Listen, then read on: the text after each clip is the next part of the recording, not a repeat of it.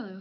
So I'm primarily sharing this video to help me get over all of the things that I'm facing in my life right now.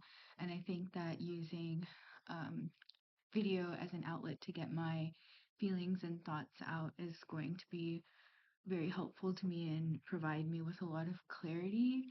So what I'm um, going to be doing is just wanting to explain my or wanting to go over my life story and um, all of the things that have brought me here, and so I can just work out, you know, what happened and what went wrong and what went right and what all of my feelings and emotions were all throughout this time. So I'm gonna go and get started, and I'll break um, this video if it runs a lot into like different parts. So I'll start with um, the very beginning. So the introduction. Um, I was born in part of Asia. So I'll be also very like not very specific because I don't want to give out anything specific to my identity because um, a lot of the people watching videos are like, I just looked at the statistics and all of them are um, they're most of them, like 80% of them, 75% of them are all like male. And so that's like also very concerning because it looks like all of the audience that's like kind of being brought to to the videos are all like not people that I want to like see. So I really want people who are going to like participate and like bring good um influence and positivity to kind of like everything. So yeah. So I was born in Asia, and then my family came over here um, to the United States when I was 6 years old, and my parents they were both working service jobs. My dad does a service work for other Indian people, and so we work for um, Indian community here, and um, so yeah, when we were living in India, it was like we were in a village first, and then we moved to a town nearby, and my dad just worked all 7 days a week, all the time, and my mom took care of the household. And in India, they live in joint families, so we would live with like all of our um, aunts, uncles, grandparents, relatives, cousins, nieces, nephews. So like everybody would just live together. And when my mom got married, it was like my dad was working all the time, every day from like morning till night, and my mom was, cooking and cleaning for all these people and taking care of like everything else. And in India, life is like very, very social, so everyone's really watching you all the time. And even though you don't have much, it just seems like it's just like everything is like really, really constant all the time. And so I didn't really live there much, so I don't really know um, that much about it, and I don't really remember a lot about it, other than it was very like kind of like poor and rural, and there was not a lot of like infrastructure. So I only went to school there or preschool there for like a year and a half or something like that, and I don't remember anything about it either. Um, so um, my parents were obviously really, really busy there, and when they found out that they were getting an opportunity to come to America, my parents immediately took it because they just wanted a chance and they just wanted something um, better. So they took a leap of faith and then they came here. And of course, life was like very, very difficult for them, like when they came here and just learning all the rules and the ropes of like a different country, and always having to be underneath Indian people. And of course, I think that was also a safety and security thing, is like you're familiar with your culture and you're familiar with your people. And but it was always like we were always like in a bubble, and it was a safety bubble. And so we we're always with the families that we knew, and we were all working under these very controlled environments. So that was like a good thing in a way, and then also a not so good thing because you don't work, see the broader picture and something stuff like that. So, um, when we first came here, we lived in an apartment, a small apartment, uh, nearby where we were, where we worked, and growing up in the community itself, um, like as a child, I just don't really remember that much, but I just remember being like, this is a really foreign land, and going to school was like, it was a peaceful thing, but like I never really like made any friends, and I was always like being looked after, like my mom who didn't work for a year, but then she also started working, like she started to babysit, and then she started working in the daycare, and she worked in a daycare for about 5 years. Um, and that was when I went to school from like first grade to the fifth grade. And so it was, and my dad was just working every single day, 7 days a week. So he was never really around unless and like we would always have dinner together though. And the environment was very, very, um, like it was good, but it was also very stressful because you had to like go to American like public schools, and then you had to like learn all of the American culture and stuff like that. And this, in the meantime, you were Indian, so you were doing everything in Indian culture. Like you had to speak Indian language, and you had to learn how to eat and cook Indian food, and you had to learn all the rules of an Indian household. So it was really stressful because of that part. And then we would have um this this family, and these ladies come to our house, and they would say, oh, this is how it works in American society, and if you don't do well in school, like they'll do this to you, or they'll yell at you, or you'll be punished and all of that stuff. So when I started to grow a little bit older, like 8 9, or like at 10, I realized that there was like a correlation between me not doing well in school and my mom, or being very upset. So I was like, why is she so upset? And I realized that was because I was like, school isn't just, you just don't have fun. Like you're not supposed to just have fun all day. Like you're actually supposed to do well. So I realized that there was a big correlation between me doing well in school and my mom being happy, or like my family being at peace. Um, it was we would always like there would always be an uneasy, like anxiety or anxiousness or tension in the home, and I think it was just all related to like school. And so I think I picked up on that, and it was always probably because you're an immigrant, you're an outsider, and so you don't really know like what's really you know, what really America is all about. So you stay very, very close to the Indian community. So like, you're like, whatever Indian people say, it has to be right. So like, if somebody yells at you, then you have to like know that you have to like follow these rules or participate in these like rules and stuff like that. So I think I learned that very early on.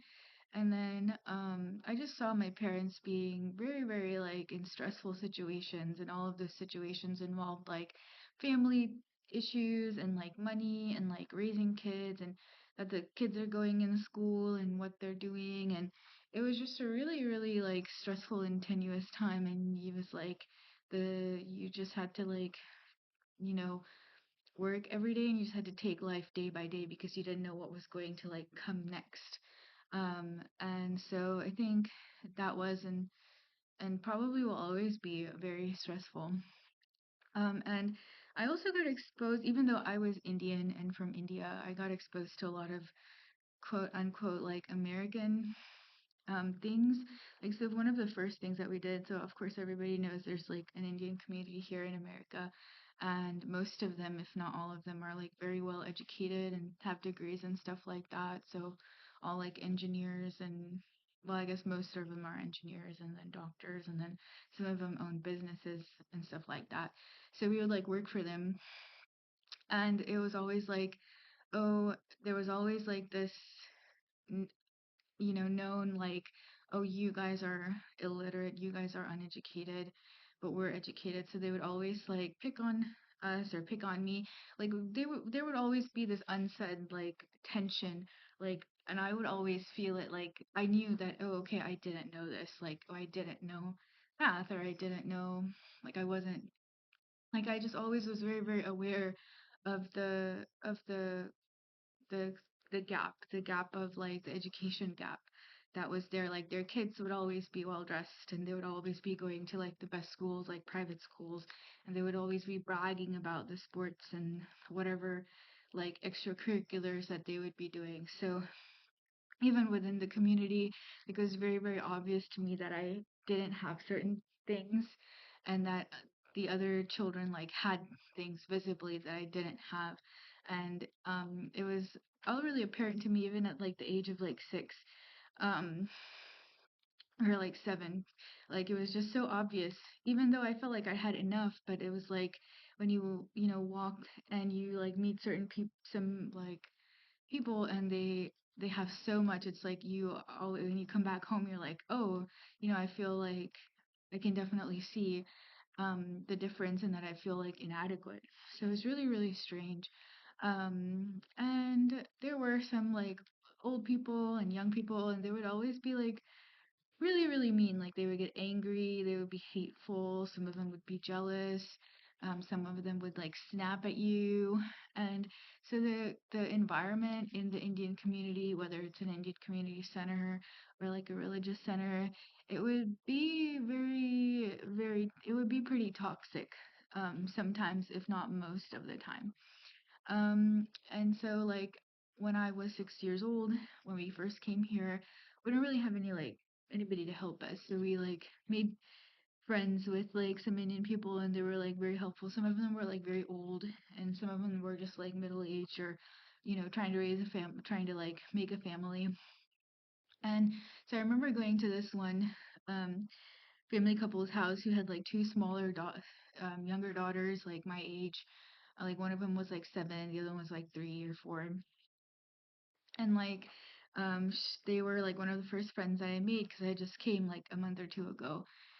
And like the girl who was about my age, like I like really looked up to her because I had like literally I had no friend, and I'm in this foreign country.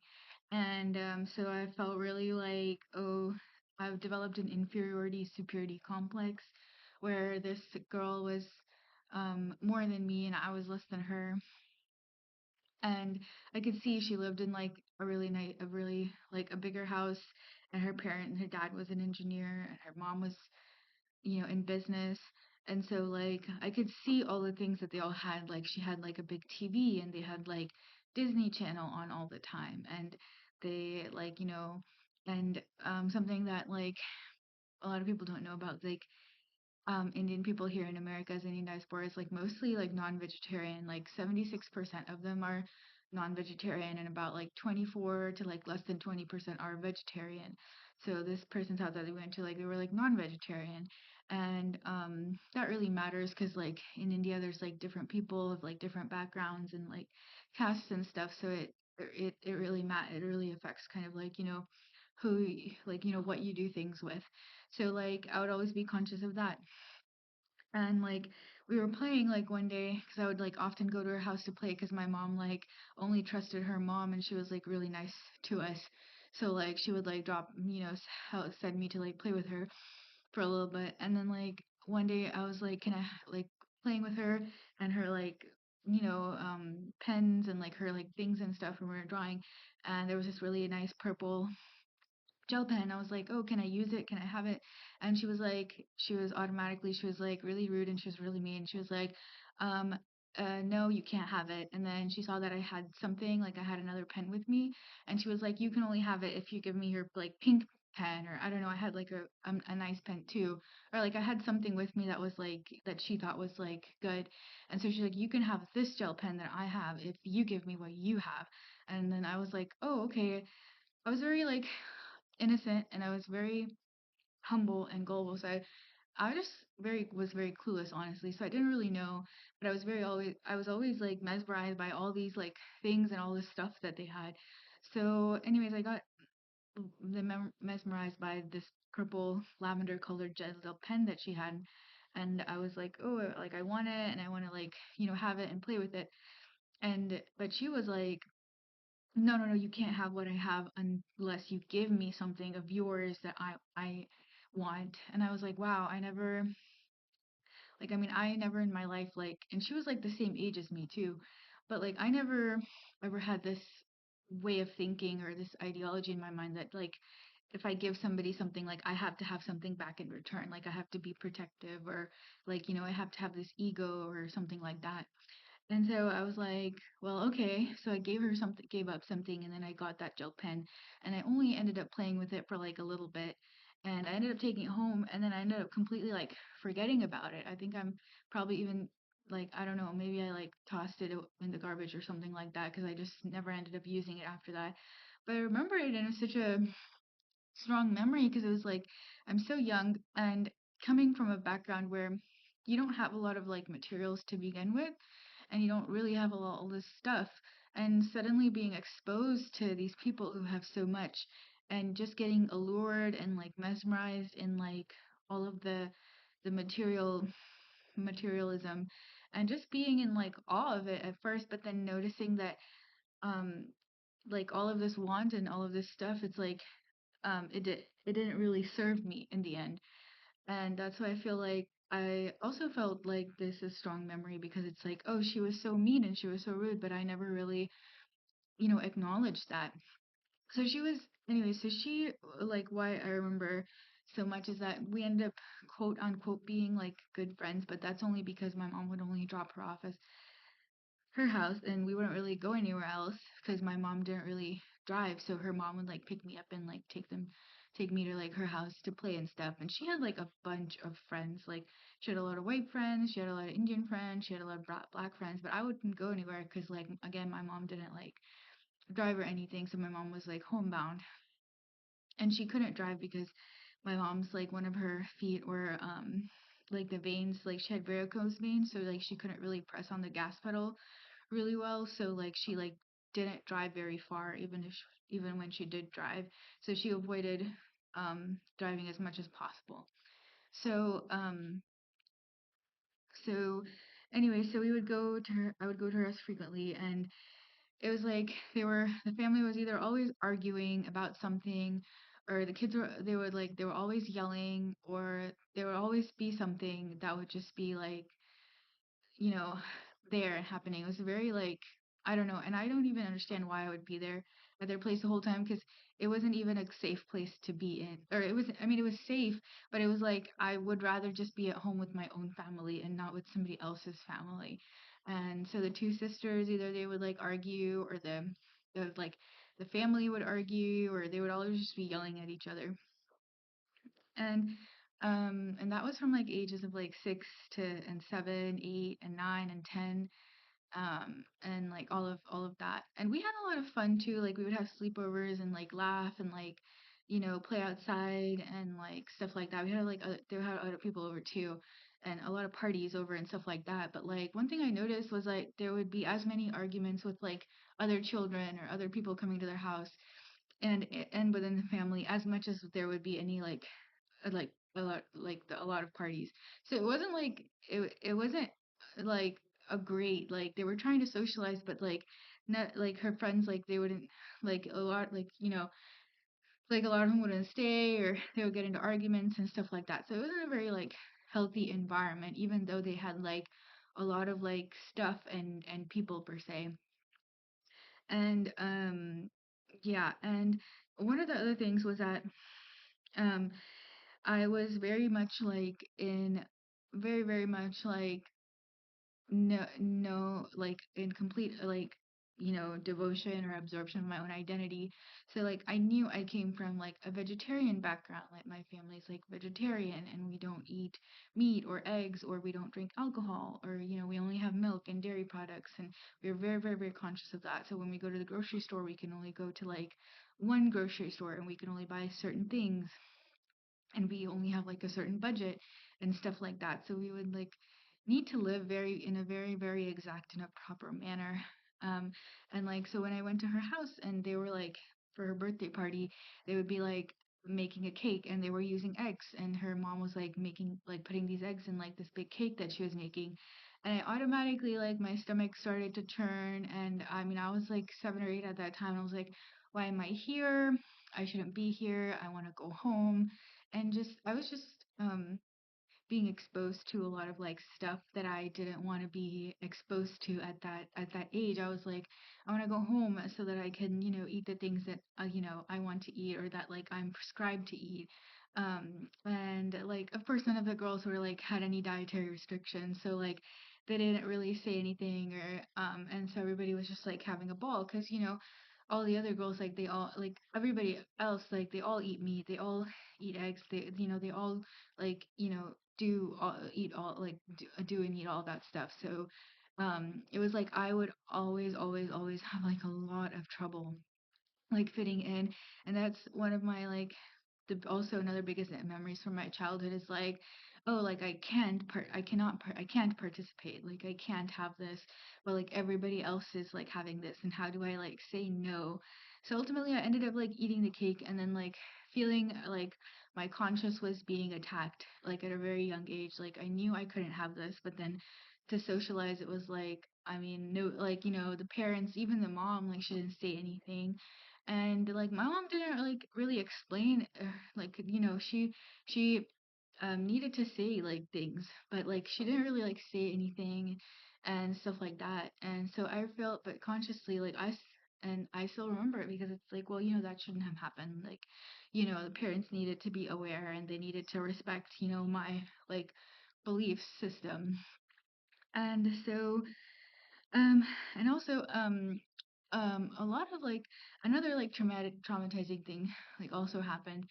And why I say this is like American is because like, and I mean, it can also like be anywhere else, any other part of the world, but like it's just like the fact that other people's like way of life and how they live their life and their belief systems are just not valued and they're just not respected, and it's like in favor of like, oh, the American culture, or like whatever the pleasure seeking or heat culture that's there. It's like they think that they're always right, but actually we really need to start, respecting other people's ways of, our ways of life.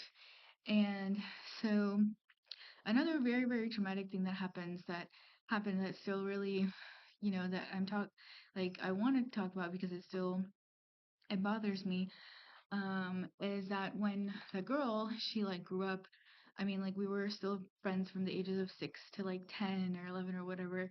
And she like was going to like one elementary school and I was going to like another elementary school.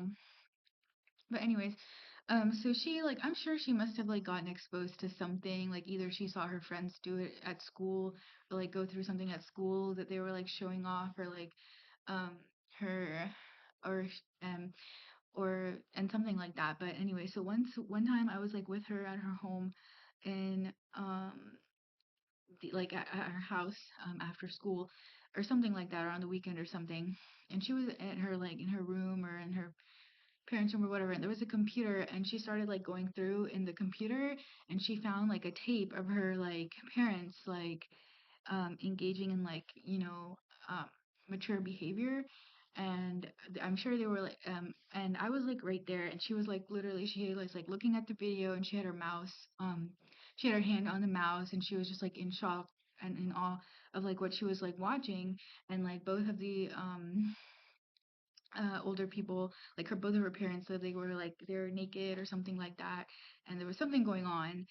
And I was like, what are you watching? Because they clearly saw like, we were clearly seeing basically a bedroom and like two naked people, and we didn't really know what it was because we were just like, I don't know, 8 years old or something like that, or 7 years old. So after that, that was really traumatizing because even I remember that, and I remember being really traumatized by that. And then after that, like a few months or like a year or something like that after that, like my like again, like my mom would be like, "Oh, okay, like you can go and like sleep over at their house or something like that." So like she would send me to like sleep over at the girl's house. And like one day we were I was like sleeping on her like a bed like with her, and she was started to like tell me to like touch my the private area and with like my hands, and she was touching her private area with her hands, and she was like telling me to do all these things like to rub it and stuff like that, and like literally guiding me through like this whole like process. And I was like, I didn't know what to do at that time, so I think I just cooperated. And it still like shocks me to this day that someone who's like whatever 7 or 8 or 9 is like doing this, and where she learned it from. And I think she learned it from like school, like some of her, like whatever, all of her girlfriends at school like probably like did this, or maybe she went to sleep over at somebody else's house and learned this. We all know as like adult, like being like an adult or an older person now, like what this is like. Of course she like found a video of like her parents, like I don't know, like having sex or whatever, and then she like watched that, and then she got exposed in American public schools to these girls all who all learn who were learning to stimulate who learned to stimulate their genitals, so she started to like copy them. And I was like in shock, and it was because it was something that like I was exposed to, that like I feel like if I had proper parental like protection, that I would have never been um involved in, or that exposed to, or that would have never been a traumatic like aspect of like my childhood. And I don't think that anybody would want any child to be exposed to this. And I don't think that you know anybody in the world, any child or any parent, would not want their child to be like exposed to something that's like so harmful. Like I'm a lot older now, and I still remember all of this, and it's still so traumatic to me, that I got like exposed to like adult material, and like doing this all of this behavior and stuff that like frankly not even adults should be doing, honestly. And the fact that her parents had actually videotaped like a process that is supposed to be like intimate is just completely shocking. And also like making it like so like like easy for like somebody, like a kid, to like find on a computer, like whether it's a video cassette or a CD or whatever, like that. It's just amazingly like just completely eye-opening, and just completely like um just just I don't have any words for it. It's like even more, it's a lot more than disgusting. I don't even know what it is. um but yes, so and then she would always, like, when we were on the bus together, like, she would always be like, oh, making up these songs that she had learned in her, like, American public school, of, like, oh, how, like, the boys, like, they touch their, like, body parts, or they touch their underwear, and, like, stuff like that. And she would, like, make, like, rhymes about that. And, like, she would, like, teach me those rhymes, and, like, I would, like, repeat things after her and stuff like that. And again, I was very innocent. I was very naive, and I didn't know what I was doing. And also at that point, I considered her like a big sister, because I frankly didn't have any friends, and I didn't have anybody that I could like trust, because I just didn't have any friends, because my mom never really like made any friends. So like we didn't really have anybody else. Um so I was always being like exposed to this, like, this specific like girl who was obviously behaving in a lot of like adult, and like a lot of really like scary and disgusting behavior that she should not be um involved in. And even though her parents were like wealthy, like they lived in like a great neighborhood, like a really rich neighborhood, and she lived in like a nice big house and stuff like that, but she was literally like a really like the most disgusting person I've ever met, or that really like affected and that really hurt my childhood. So like anyways, the moral of the what I would really like want, and like what I would really recommend people, especially if they're parents, especially parents from like conservative backgrounds, like please do not send your child to any sleepover. Please like always have them at home with you, under a watchful, caring like eye and supervision of like you, or another parent, or a grandparent, or like an aunt, uncle, relative, like anybody that you like trust. And if you don't trust anyone, just keep them with you at all times. Like they should be at home. and they should be like, even if they're playing outside, like in the backyard, like that's okay. But like they should always be with you, and you should always know exactly what they're doing, because you don't know, like you turn a blind eye and somebody does something to your kid, even if like that person is a kid too, like that hurts the kid and like really like damages them, like internally, emotionally, or psychologically, or physically. You don't know. And as a parent, like you really really need to like step up, and like you cannot afford to be ignorant. You really really have to take responsibility. So I'm sure this girl was learning all of these things, and in her house, or and in her, like with her other friends, and with the American public schools, the students there. I'm sure they were doing something that is really really adult behavior. It's really really quote unquote mature behavior, that's really really disgusting. Like we know all these words now as adults, like what, like masturbation and sexual activity and all of this stuff, but that's all very adult. Like that's so much adult stuff that that's not even like, I would even consider adults doing that to be appropriate, honestly. But the days that we live in now, it's like that's like commonplace and like well accepted in society, which is like completely like jarring and disgusting. And if that's something that your family and your friends, or if that you like personally, if you do not subscribe to that, if you do not um so like believe in that, or if you have like a religious like um you know thing against, or like a restriction or like thing against that, like you do not have to subscribe. You do not have to subscribe to any of this hypersexual behavior, any of the hypersexuality that is being sold on TV, in schools, in American homes, like at all, because it is really affecting our minds, our brains, our bodies, and it's having like really really deleterious effects on us, like both in the present moment, in our past, in our futures, like in throughout our entire life. Because like, okay, I get it, like sex is biological, like we're born through sex, and we're gonna die, and sex is like every single aspect of our life. But at the end of the day, sex is a part of biology. Like sex is mother nature intended, and it's intended because mother nature wants us to reproduce and wants us to procreate and participate in the natural nature. She wants us to participate in mother nature's intended earth. But um but what is being done is it's being made unnatural, it's being made nasty, it's being made disgusting, it's being made just even worse than the worst of like thing that's possible. And like we as a society really need to like understand what's happening and what's going on, and we need to protect our children, we need to protect adolescents, we need to protect adults, and we need to protect the elderly too, because even the elderly can face attacks um that are like by other people, that are really like um going to just like they can also suffer from like all kinds of abuse, and it can happen to like just babies all the way up to like elderly old people, people over the ages of 60, 70, 80, 90.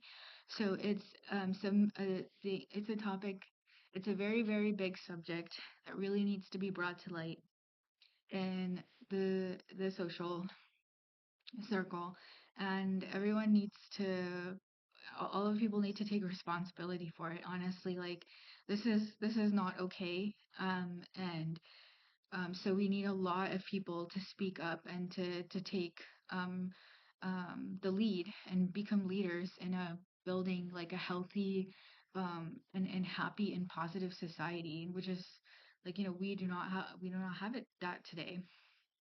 And so yeah, so everyone like family values are different, but I don't think that if you like, and that is why knowledge and all of this, like in like knowing all this is like it's powerful, because like if my mom knew that like this family was like engaged, or like doing all of this stuff, then like I really wish she would have known, because then she would have been like, I don't want to send my daughter this person's house, and then I wouldn't have been exposed to something that was just so traumatic, um, as a child, as a young child. And even like when we were in dance class and the dance teacher was like teaching us steps and trying to teach us about like how we were girls and how we had to be respectful and stuff like that. The girl like that I was mentioning, she was sitting right next to me and she was like, "Ew, why is she teaching us about our bodies? It's so gross." And it's just like the mentality that these American girls have, that that our bodies are disgusting and that our bodies are gross. Like our bodies are not gross. Okay, having a period is not gross. It is not nasty. Okay, it's part of Mother Nature.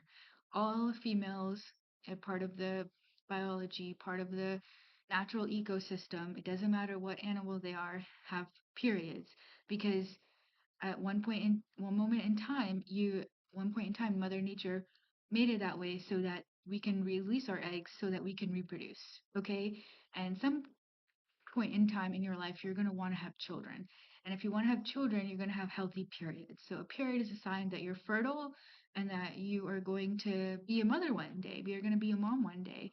And you really need to respect that process, that biology, that process of life, the process of Mother Nature, the process of God has given to you. That's your God given power to be a mother one day. And I don't know, that girl, she made me feel really afraid. She made me feel really fearful. She made me really disgust my body.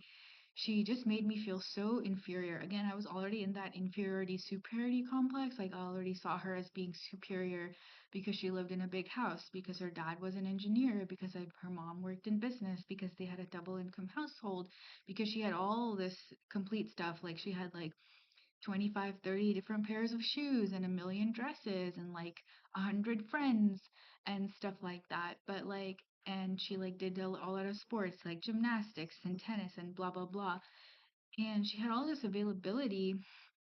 And she was Indian also, if I didn't mention that. Like, she was like born in America, but her parents were Indian, and immigrated to America like, a few years back, but like before she was born.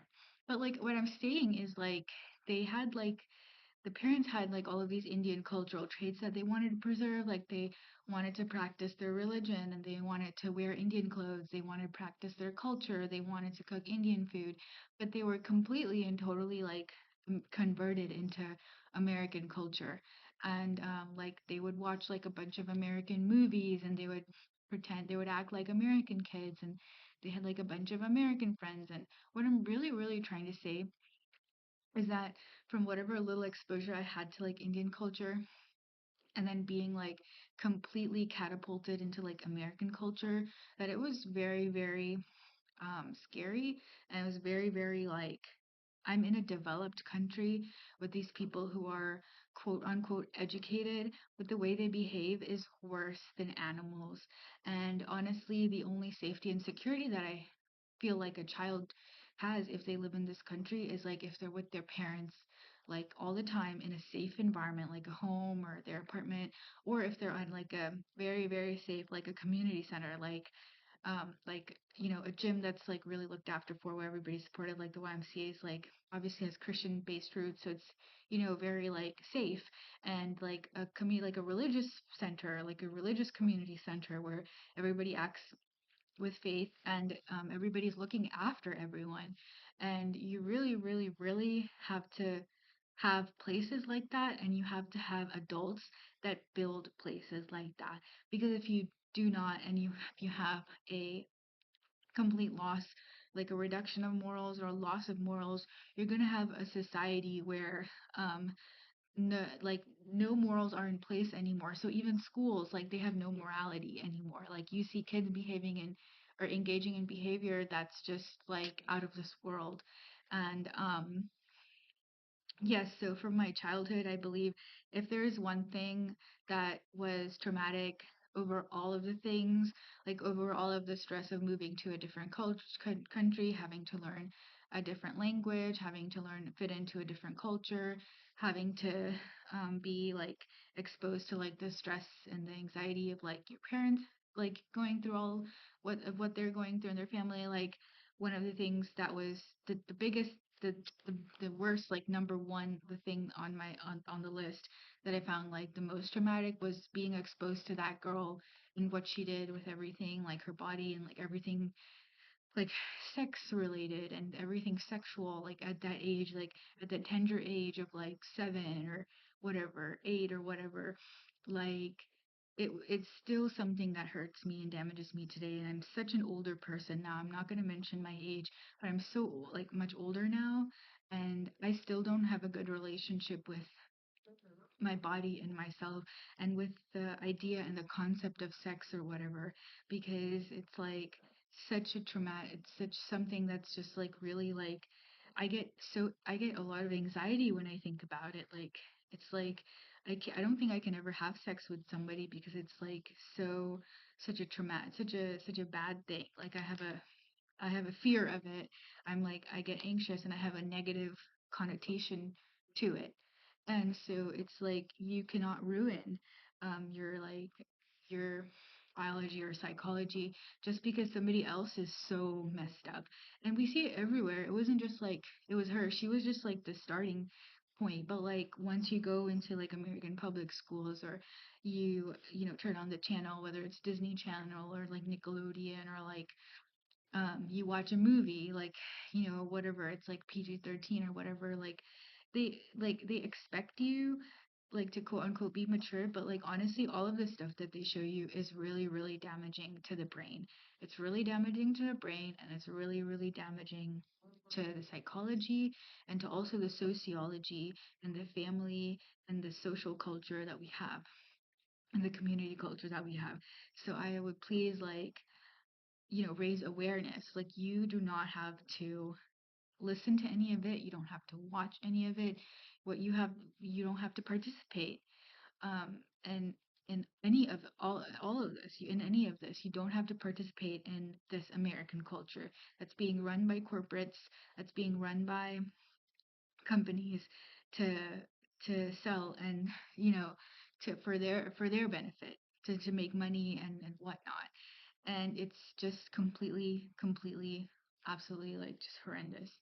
um so yeah, so that was just like the introduction, but what's going on is like even in middle schools, they other children, and they were all like well educated, like their parents were all well educated, but they were all in public schools because uh yeah, and like they would be like kissing, like, and these are like 12, like 11, 12, 13 year olds, and they would like be like I remember a group of them would be like talking about like condoms and like laughing about it and like all this stuff. And it's like for me, it's a complete shocker. Like I was not comfortable at all talking about any of this or even being exposed to any of this. And like all the guys, they would like, and these were like 12-year-old like guys, and they would like blow up balloons and like pretend that they were like breasts and like wear them and like run around and stuff like that. And it's like it's just so disgusting. It's like where do I even like begin? And like that was middle school, and then in high school, like 14, 15, 16, 17, 18, like you have like I went to an American public school, and they were like you would hear like you would hear like oh, they're like 16-year-olds like getting pregnant and having children. And I was like so appalled by that. And like teenage like athletes or whatever, or like cheerleaders or soccer or basketball or whatever players, like they would get like infectious mononucleosis and would have to like get um days off from school. Like where did they get that from? Like from kissing and like all that stuff, and from like drinking like other people's drinks and whatnot. And who knows what these people were doing. So um yeah, so that was high school. And of course college is like a completely different ball game. That like I mean I did that from home, so I didn't have very many friends in college, and I'm glad that I did it, and that I like stayed put and I stayed to myself. But I had like people who knew, like weren't wasn't very good friends with, but that I knew pretty closely, like in high school. Like they would go to like these events and these like parties, and they were like school like affiliated parties. Like you would join clubs, and then you would like go to the um the events and stuff. and they would like for like clubs, like for whatever science club or business club or whatever, and then they would have like these parties at night, and they would be like listening, they would be like dancing and like grinding and stuff like that, and these are like 15, 16, like 17-year-old people, like maybe 18-year-old people, and it's so gross. And I didn't know what was going on, to be very, very honest. I was like, why are all these people, they all have like, they're all wearing really, really pretty dresses, and they're all really, really dressed up, and they're all like bunched up together, and like, what's going on? What are they like doing? And so I'd always watch from like the sideline. I just didn't get it. And I had to honestly like look it up and stuff like that. But I was just like just so like, my mind was just blown completely. And like this one girl that like was in my friend, or like that, like that I knew in high school, like she would have like so many boyfriends. Like she would have a boyfriend like every like 6 months or every year. And then like one time I would see them, and like she would be like sleeping. She was sleeping with like a boy in like a hotel room or something like that. And she was like I don't know, she was maybe 17 or whatever, 18 or whatever, or 17 or 16 or whatever, I don't know. But like, what I'm saying is like all these people, they did like exceptionally like well. Like they came from like really well, like whatever, their parents were like really big business people, or like I don't know, their moms all had masters and something something, or um but like, and they, they all ended up going to Ivy League schools like Stanford, and like just all the other like schools. But like in the background, you just didn't know all of the stuff that they were all engaging in. Like it was like, whether it was hard drugs for some other people, or whether it was like, I don't know, marijuana or something like that, or whether it was like other street drugs, or whether it was sex, or whether it was alcohol. Like some people were drinking, like started drinking alcohol when they were like, I don't know, 16 or 15, or, they would like sneak into adult parties and try and like, drink and stuff like that. And it was just like all really like, they just wanted to all just be adults so bad, but also engage in like very illicit adult activity. And like they never got like punished, or like they never like, nothing, it never affected like their, like how much money they make, or like their academics or something. They always just kind of like did that and whatever. And it was so weird, because coming from the background that I come from, like we had to work like almost like, I would say 100 times as much, or 1,000 times as much, just to even, make those grades, or have those facilities, or like have get those books, or like, get all the things that we needed to get to even make it to like, even to a little bit of like what they had, like in terms of like materialism. So like it was like very, very, very traumatizing, because again, like the whole like socioeconomic status and structure really just, it just really amazes me, like because when we came here, like we only made like $10,000 a year, and when we have to go into like whatever the society is, like whether it's Indian society or Asian society, or like white society or whatever, like all of these people that we saw were like, they were all like, like all making like $100,000 a year. Their parents are all really wealthy. So when you come from like a small house and you see all these people, and they're all living in like, you know, big, big places, and they have all this stuff. And so you're just like, as a kid, or even as like, like even as like an adult, you're just like in shock all the time, because frankly, your weekly budget is like almost 1 in 1,000, or maybe 1 in 10,000 of their weekly budget. And so you really have to learn that you can't have all these things that they have. Like you can't have like many, many things that they have. And you have to really learn to be happy with yourself, and really happy with who you are.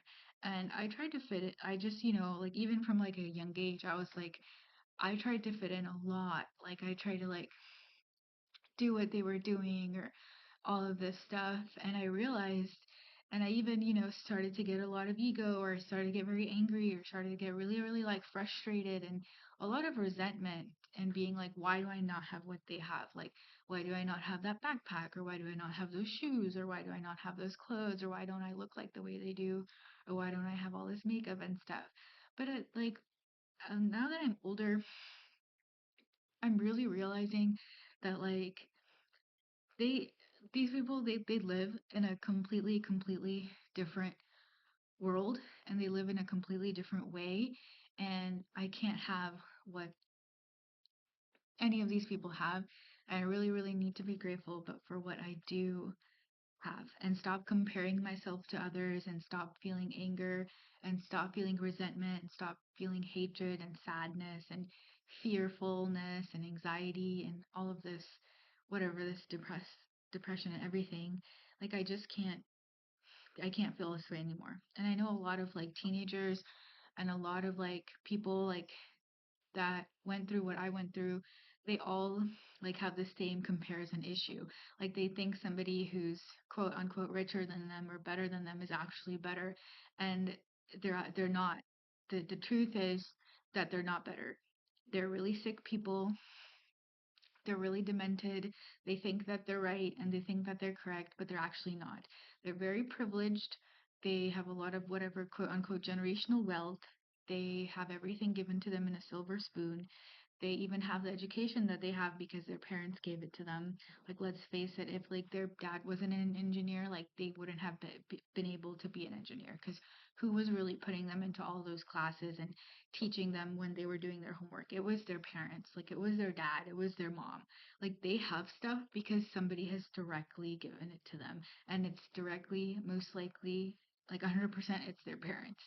Um, so don't ever feel envious. Don't ever feel jealous. Don't ever feel inadequate. Don't ever feel insecure that you don't have what they have, because everything that they've had has always been given to them. Like that girl that I was talking about, like the girl I always used to go to their house that I thought I was quote unquote best friends with, like she like literally um, yelled at me when I was trying to do a science like project to turn in to class. That was I was in the sixth grade, and she was like, "You can't do a science project. You're really stupid." And she was like, "I'm the only one who's gonna do this, and I'm the only one who's gonna win and get like the best grade or get first place or whatever, because I'm the one who's very smart, and you're not very smart." And so she literally made me feel really afraid. She made me feel very fearful, very anxious. And again, that superiority inferiority complex. And she was like, "Oh, you're trying to copy me. Like you're trying to like do everything that I'm trying to do." And like stuff like that. And I was like really shocked, because I was like, I'm trying to see from you and I'm trying to learn from you. So I'm trying to, because I want to better myself. I'm trying to like become better. I'm trying to like, you know, prove myself in a way, like, hey, I'm not stupid. Hey, I'm not gonna, I can't just be poor, you know. I want those things too. Like I want to do well too. um and I want to be the best that I can be, and I want to have what all of this, stuff and all of the things that I want to have too. And so all of what I'm saying is that why I think about it so much is that it has really shaped me into the person that I am today. And I just want to share with whoever's listening, or all of you guys out there today, that you do not have to subscribe. You do not have to subscribe to anybody else's culture. You really have to be in your core. You really have to know who you are. You really have to know what you want. And you really have to know that you can get it and that you can make it.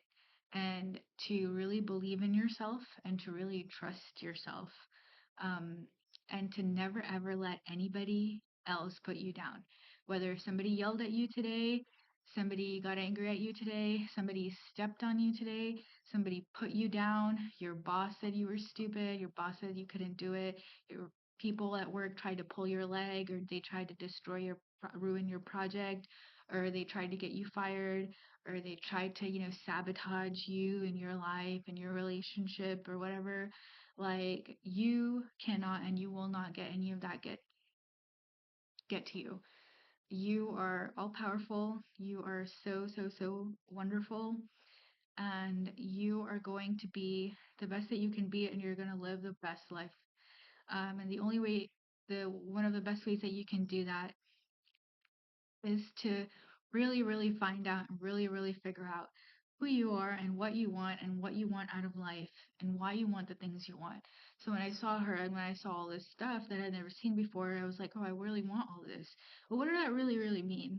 It meant that I really wanted, you know, all of the money and the security and the things that they had, that I felt inadequate because when I came home I didn't have those things. Like maybe I only had one toy and she had like 100 toys or something like that, or we only had like one TV channel and on her TV she had like 1,000 TV channels. And you have to really find out if that's really correct for you, what you want. And the lesson that I learned is that no, it was not correct. You know, having all this stuff did not make me happy. You know, having like 10 gel pens did not make me happy. You know, what really made me happy was quality time with my family, was serving the people that I want to serve, was being there for the people that I wanted to be there for, was, really taking care of myself and doing the things that I really like to do. And so those are the things that are really, really important. And it was another thing, like my mom, like she was always obsessed with her because even she wanted all of that too. She wanted like to get money and to have like a lot of security and stuff like that. So she saw her mom and she saw the daughters and she was like always praising her and she was like, "Oh, this girl, like your friend, like she always dances so well and she draws so well and she paints so well and she plays tennis so well and she always gets really great grades in school and she's going to go and she's going to be whatever, a doctor or a lawyer or a dentist or a businesswoman, and she's going to be making a lot of money." And so for my mom, she really liked her so much and would brag about her every single day and night because my mom was also projecting her and voicing like the wants that she had. She was like, you know I want money and I want security for my us and our family and myself and stuff like that. So like just know that even your parents are going to be a their psychology is going to be wrapped up in this. And, I never felt loved as a child because I always felt compared to and I always felt made inadequate because I was always like, I'm never good enough. Like, I'm not good enough for my family. Like, I can't run fast enough. I can't cook well enough. I can't do well in school well enough. I can't get as good grades well enough and all of that. And so I never really felt loved by my parents, by my mom and my dad, and I never really felt like they really cared about me or like because they were always like bragging about other people's kids and how other people's kids were all doing so great, like, and whatever, it could be anything, like, oh, this girl cooks so well, or they all these kids are all doing so well, like this boy got like 100 out of 100 on his exam, or this girl got like a really good scholarship, or this girl won a really big award or something like that. They're always bragging and they're always like comparing you to other people, and they're always making you feel inadequate, insecure, not worth it, and just get you to feel like you're not significant. That you don't deserve to be alive, that you just don't, or like really, you're not good for anything, you're not worth it. And what I want everyone to know is that you're worth it. Everyone's worth it. Everybody has dreams, everybody has goals.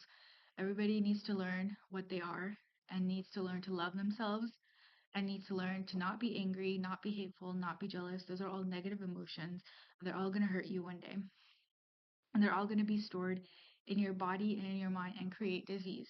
So I want everybody, if whenever you're feeling like that or somebody has thrown any negative energy onto you, whether it's jealousy, whether it's hatred, anger, whether and it's the evil eye, they don't want your project to succeed, or they don't, they want your business to fail, they want your marriage to fail, they want your relationship, whatever, they want you to, you're not to have a child if you want to have a child, like they want you not to have like any good health or whatever it is, whatever evil stuff it is, just be positive.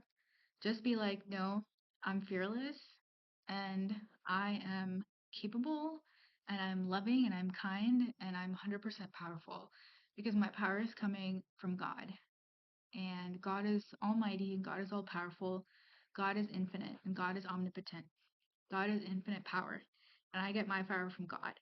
And when I get my power from God, it means that I have infinite power and I can do anything and everything that I set my mind to.